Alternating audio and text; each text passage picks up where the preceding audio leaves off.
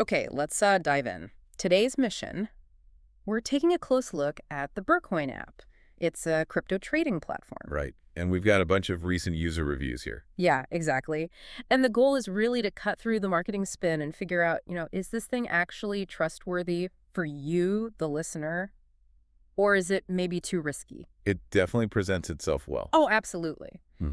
Bidacoin really pushes this image of being professional. They talk about bidding matching, integrated Web3 wallets, all that jazz. Claiming it's this smooth, seamless experience. The visuals are slick, no doubt about it. It looks the part, very sophisticated.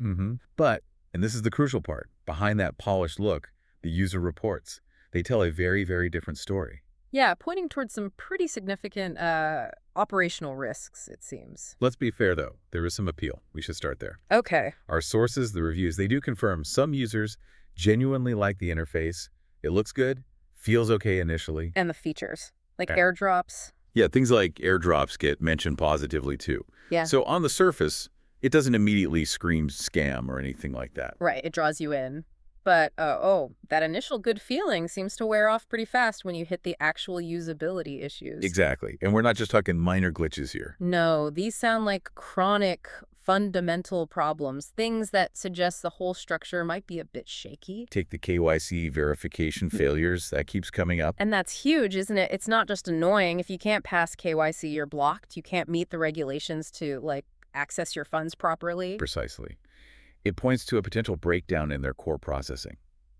Identity, security, something fundamental isn't working right there. Wow. Okay. And then add to that the ongoing login problems people report. Just getting into their accounts seems to be a struggle sometimes. Which is basic. It is. And missing referral bonuses, too. Yeah. People expect that capital. It doesn't show up. That erodes trust fast. And the updates. I saw notes about constant update prompts that just don't work.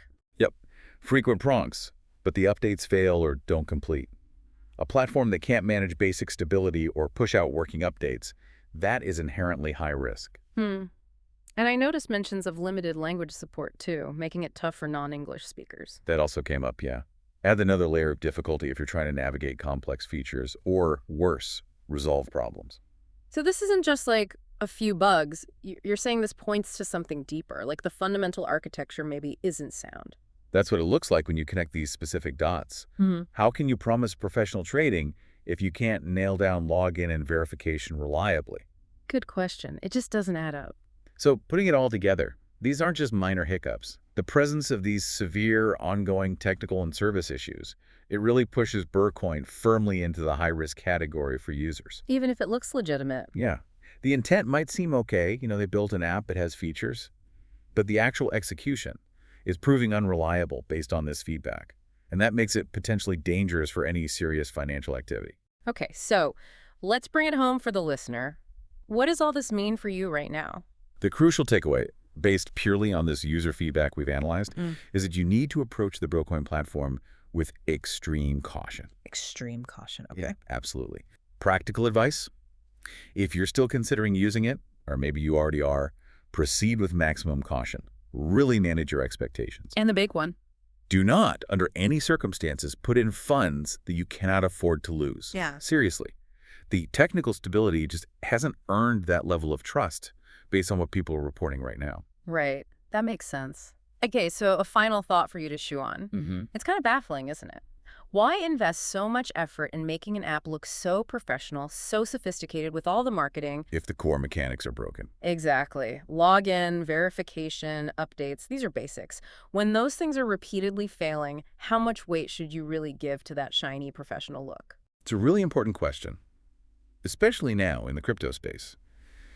How do you assess genuine risk when something looks trustworthy but might be fundamentally flawed underneath? Something to definitely think about.